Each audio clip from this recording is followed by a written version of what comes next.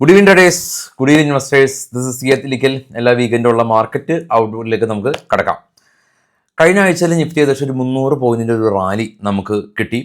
FIs last 3 working ഡേയ്സിലും Indian മാർക്കറ്റിൽ net buyers ആയിരുന്നു എന്നുള്ളതും പുതിയ GST ഉത്സവകാലം അനുബന്ധിച്ച് വാഹന നിർമ്മാണ കമ്പനീസ് GST ഇളവുകൾ പ്രഖ്യാപിച്ചു. വാഹനത്തിൻ്റെ വില കുറഞ്ഞു. ഫ്രഷ് ബൈയിങ് ഓട്ടോ സെക്ടറിൽ കണ്ടു. കൂടാതെ നമ്മൾ ടെക്സ്റ്റൈൽസ് സെക്ടറിലുള്ളൊരു ബൈയിങ് കണ്ടു.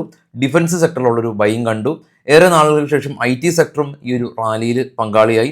നിഫ്റ്റി 25,300 മുകളിൽ ക്ലോസ് ചെയ്യാനായിട്ടൊക്കെ നമുക്ക് കഴിഞ്ഞ ആഴ്ചയിൽ പറ്റിയിരുന്നു. എന്നാൽ സ്ഥിതിഗതികൾ കുറച്ചൊന്ന് മാറി മറഞ്ഞിട്ടുണ്ട് ഒരു ദിവസത്തെ ഇടവേളയിൽ. നമുക്കത് ചർച്ച ചെയ്യാതിന് മുമ്പ് നമുക്ക് നിഫ്റ്റിയുടെ ചാർട്ടും ഗ്ലോബൽ മാർക്കറ്റും ഒക്കെ ഒന്ന് കണ്ടുവരാം. ഏറ്റവും താഴെ നാസ്ഡാക്കും ഡോയാണ് പ്ലസ്സിൽ വ്യാപാരം അവസാനിപ്പിച്ചു.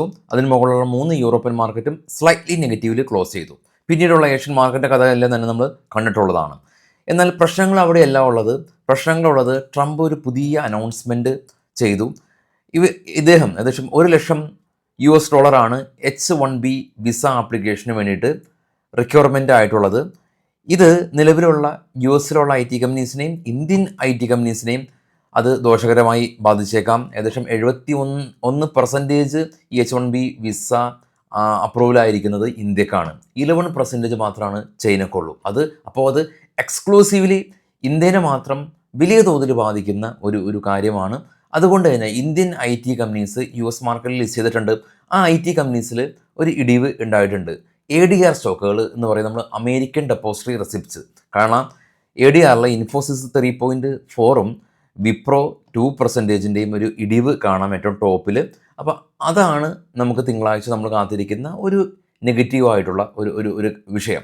ഓൾറെഡി തന്നെ ഇന്ത്യയും US തമ്മിലുള്ള ട്രേഡ് ഡീലുകളെല്ലാം തന്നെ ചർച്ചകൾ പുനരാരംഭിച്ചു എന്നുള്ളത് ഇന്ത്യൻ മാർക്കറ്റിന് ഗുണകരമായി വന്നിട്ടുണ്ട്. കഴിഞ്ഞ ആഴ്ചയിലുള്ള ആ ഒരു റാലിക്ക് അത് ഒരു പങ്ക് വഹിച്ചിട്ടുണ്ട് എന്നുള്ളത് വാസ്തവം തന്നെയാണ്.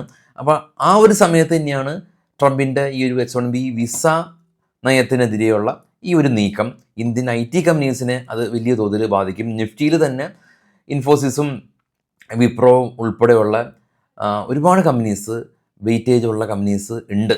അപ്പോൾ തിങ്കളാഴ്ച നമുക്ക് കാത്തിരിക്കേണ്ട അല്ലെങ്കിൽ ശ്രദ്ധിക്കേണ്ട ഒരു സെക്ടർ ഇന്ത്യൻ IT സെക്ടറാണ്.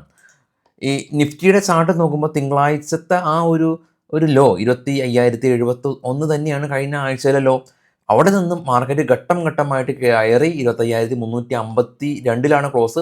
25,450 2 തവണ റീടെസ്റ്റ് ചെയ്തിരുന്നു. 25,500 മുകളിലൊക്കെ ക്ലോസ് കിട്ടിയിരുന്നെങ്കിൽ വളരെയധികം പോസിറ്റീവ് ആയേനെ എന്ന് കരുതി നിഫ്റ്റിയിൽ വലിയ തോതിലൊന്നും പോയിൻ്റൊന്നും തന്നെ ഫോളോ ആയിട്ടില്ല.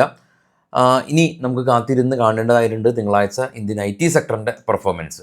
ഇനി നമുക്ക് കാണേണ്ടത് ഗ്ലോബൽ ഈവൻ്റാണ്. അടുത്ത ആഴ്ച കഴിഞ്ഞ ആഴ്ച നമ്മൾ കണ്ടിരുന്നു US സെൻട്രൽ ബാങ്ക് അവിടുത്തെ ഇൻട്രസ്റ്റ് റേറ്റ് തീരുമാനങ്ങളെല്ലാം തന്നെ മാറ്റങ്ങൾ വരുത്തിയത്. 25 ബേസ് പോയിന്റ് കട്ടാക്കിയത് US മാർക്കറ്റിനെ മാത്രമല്ല ഇന്ത്യൻ ഗ്ലോബൽ മാർക്കറ്റിനെ ഉൾപ്പെടെ അത് പോസിറ്റീവായിട്ട് റിയാക്ട് ചെയ്യപ്പെട്ടിരുന്നു.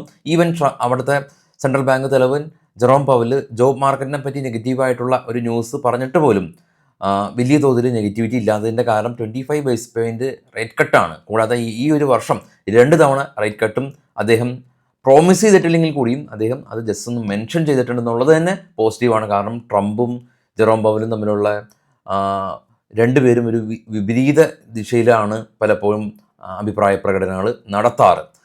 ഗ്ലോബൽ മാർക്കറ്റ് ഈ ഒരു ആഴ്ചയിൽ അങ്ങനെ നോക്കുമ്പോൾ US നിന്ന് ആദ്യം തന്നെ നോക്കാം. September 23 S&P global manufacturing PMI, new home sales September 24 crude oil inventories as usual എല്ലാ വീക്കും ഉണ്ട്.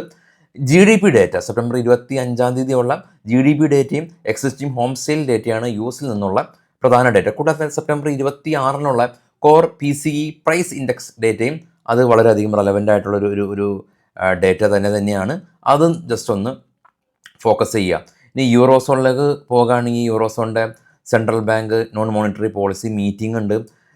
ഇൻട്രസ്റ്റ് റേറ്റ് ഡിസിഷൻസ് വരുന്നുണ്ട്. ജർമ്മനിയുടെ സർവീസ് PMI ഡേറ്റ, അങ്ങനെ ഒരുപാട് ഡേറ്റ. ഇന്ത്യയിലേക്ക് അത്ര വലിയ ഇമ്പോർട്ടൻ്റ് ആയിട്ടുള്ള ഡേറ്റ ഇല്ല എങ്കിൽ കൂടിയും ഈ ഗ്ലോബൽ ഡേറ്റ നമ്മളുടെ വെബ്സൈറ്റിലുണ്ട്. ഗ്ലോബൽ ഈവൻറ്റ് ടാബ് നിങ്ങൾക്ക് ചെക്ക് ചെയ്തതിന് ശേഷം അത് അവിടെ നോക്കാൻ സാധിക്കും. അതുപോലെ തന്നെയാണ് അടുത്ത ആഴ്ചയിലേക്ക് ഒരുപാട് ഡിവിഡൻ്റ് അല്ല IPO ഡേറ്റാസ് വരുന്നുണ്ട്. അത് ഓരോന്നും നമുക്ക് നോക്കാം. ആദ്യം ജെയിൻ റിസോഴ്സ് റീസൈക്ലിംഗ് IPO ആണ്.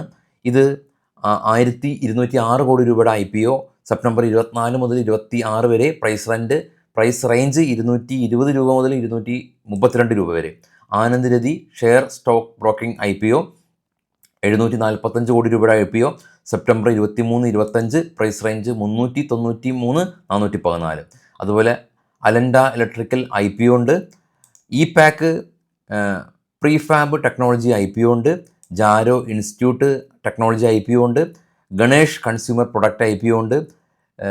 ജിൻകുഷ് ഇൻഡസ്ട്രീസ് IPO ഉണ്ട്. ഇത് നമ്മളുടെ ട്രേഡബിൾ ടാബിലുണ്ട്. ഓരോ കമ്പനീസിൻ്റെ IPOയും ഇഷ്യൂ പ്രൈസും ക്ലോസ് പ്രൈസും അലോട്ട്മെൻ്റ് എല്ലാം തന്നെ വ്യക്തമായിട്ടുണ്ട്.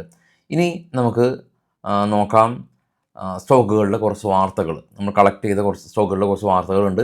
ഇതൊരിക്കലും ബൈസെൽ റെക്കമെൻഡേഷൻ അല്ല, കളക്ട് ചെയ്ത കുറച്ച് വാർത്തകളാണ്.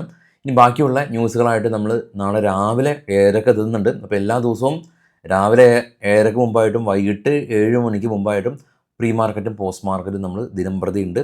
ട്രേഡ് ചെയ്യാൻ നമുക്ക് ഈവൻറ്റുകൾ അറിഞ്ഞിരിക്കണം, പല എക്കണോമിക് ഡേറ്റാസ് അറിഞ്ഞിരിക്കണം. ഒന്നല്ലെങ്കിൽ നമുക്ക് സ്വന്തമായിട്ട് യൂട്യൂബിലൂടെയും അല്ലെങ്കിൽ മറ്റ് വെബ്സൈറ്റിലൂടെയും റിസർച്ച് ചെയ്ത് അത് സ്വന്തമായിട്ട് കണ്ടുപിടിക്കാം. അതിൽ തെറ്റൊന്നുമില്ല. അതല്ല എങ്കിൽ നമ്മുടെ ചാനൽ വിസിറ്റ് ചെയ്യുക. ഇവിടെയും അതുപോലെ തന്നെ കാര്യങ്ങൾ എല്ലാവർക്കും വേണ്ടിയിട്ട് ഞാൻ ഒരാൾ സെർച്ച് ചെയ്ത് അത് അവതരിപ്പിക്കുന്നുണ്ട്. അത് വാച്ച് ചെയ്യുക. 2 മെത്തേഡാണെങ്കിൽ കൂടിയും മാർക്കറ്റിലുള്ള നമ്മളുടെ മാർക്കറ്റിൻ്റെ വേവ്സ്, സ്പന്ദനങ്ങൾ അറിയേണ്ടത് വളരെയധികം അത്യാവശ്യമാണ്. ഓരോ തീരുമാനങ്ങളും നമ്മൾ ഈ ഒരു ന്യൂസും മറ്റുള്ള എക്കണോമിക് ഡേറ്റാസും വെച്ച് നമുക്ക് അനലൈസ് ചെയ്ത് തീരുമാനങ്ങളെടുക്കാം. എനിവേ, സ്റ്റോക്കുകളുടെ വാർത്തകളിലേക്ക് പോകുമ്പോൾ ആദ്യം റിലയൻസ് പവറായിട്ട് ബന്ധപ്പെട്ടുള്ള ന്യൂസാണ്. Reliance power and Reliance infrastructure കഴിഞ്ഞ വെള്ളിയാഴ്ച central bureau of investigation CBI ഈ അനിൽ അംബാനിക്ക് എതിരെ 2796 കോടി രൂപയുടെ ബാങ്ക് ഫ്രോഡ് കേസ് റിപ്പോർട്ട് ചെയ്തിട്ടുണ്ടെന്നുള്ള ന്യൂസ്. PNC ഇൻഫ്രാ കമ്പനി 495 കോടി രൂപയുടെ ഓർഡർ. ബ്രിഗേഡ് റിയൽ എസ്റ്റേറ്റ് കമ്പനിയാണ് 126 കോടി രൂപയുടെ ഓർഡർ. അവർ 126 കോടി രൂപയുടെ ഇൻവെസ്റ്റ്മെൻറ്റ് കമ്പനി നടത്തുന്നു. ഹഡ്കോ കമ്പനി NBCC ആയിട്ട് ഒരു കൺസ്ട്രക്ഷൻ പ്രൊജക്റ്റ് സൈൻ ചെയ്യുന്നുണ്ട്. കൂടാതെ തന്നെ Amazon great Indian festival sales തുടങ്ങിയാണ്. അതിൻ്റെ അനുബന്ധിച്ച് SBI കാണലെല്ലാം തന്നെ റാലി രേഖപ്പെടുത്തിയിരുന്നു. SGVN 200 മെഗാവാട്ട് സോളാർ പ്രൊജക്റ്റ് ഗുജറാത്തിൽ ചെയ്യുന്നുണ്ട്. ഷിപ്പിംഗ് കോർപ്പറേഷൻ കമ്പനി HPCL IOCയിലായിട്ട് പുതിയ ബിസിനസ് കോൺട്രാക്റ്റ് സൈൻ ചെയ്തു.